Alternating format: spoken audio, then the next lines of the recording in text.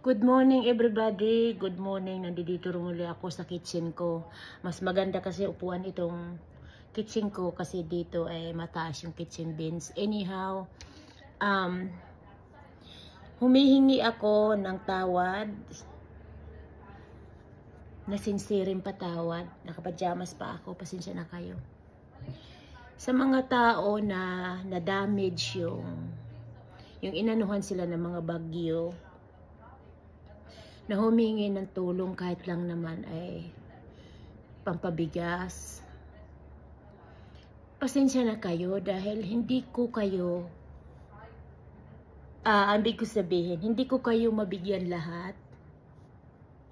Masakit man dito sa damdamin ko, pero hindi ko kayo mabigyan lahat. Pero at least marami na akong nabigyan nung nakaraan, nung Saturday. Pero ang pamangkin ko, ang treasurer ko na nagbibigay, nagpapajikas sa inyo ay wala silang signal, walang kuryente, at sila ay binagyo rin. Kaya hanggang ngayon wala pa akong kontak sa kanila. Pero wag kayong mag-alala, kapag nakontak na sila, sigurado ako mayroon mabibigyan. Excuse me. Yung real packs ko, siguradong meron akong mabibigyan, pero hindi nga kayo lahat. Kasi siyempre, ang dami ninyo sa sulok ng Pilipinas nga na-damage ng bagyo, ng typhoon. So, I'm really sorry. I cannot help you, all of you. But, of course, I can help some, but not all. I wish I'm rich so I can help you guys.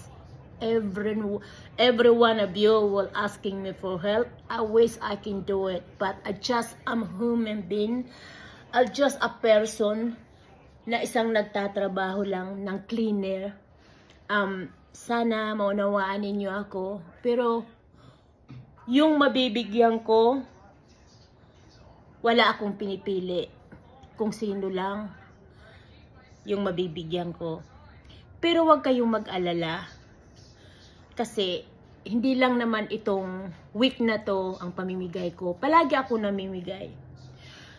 Mag-message lang kayo sa akin at ipakita ninyo sa akin kung taga saan kayo. Sabihin nyo sa akin taga saan kayo.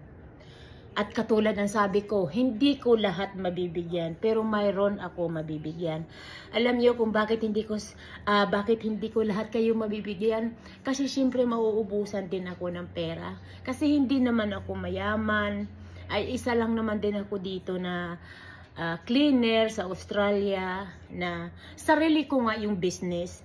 Pero siyempre, sinasahuran din ako. Sinasahuran din ako ng treasurer ko. So anyhow,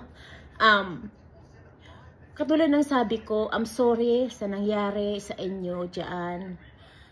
Nung pamimigay ko sa Lawang, what do you call that?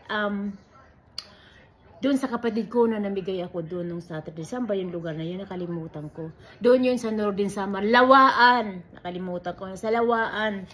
Mabuti na lang ay natapos din. Nakita naman ninyo kung sino man nakakita ay talagang umuulan na nung namibigay ang mga barangay doon na relief good na galing sa akin. Talagang ginawa ng barangay na mahibigay yon bago bumagyo.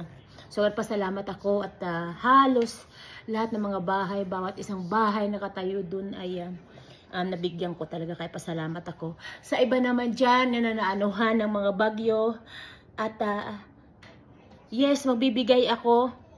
Pero mamimili lang din ako. Pero huwag kayong magsawa. Dahil hindi lang itong business mamigay. Hindi lang itong week na to.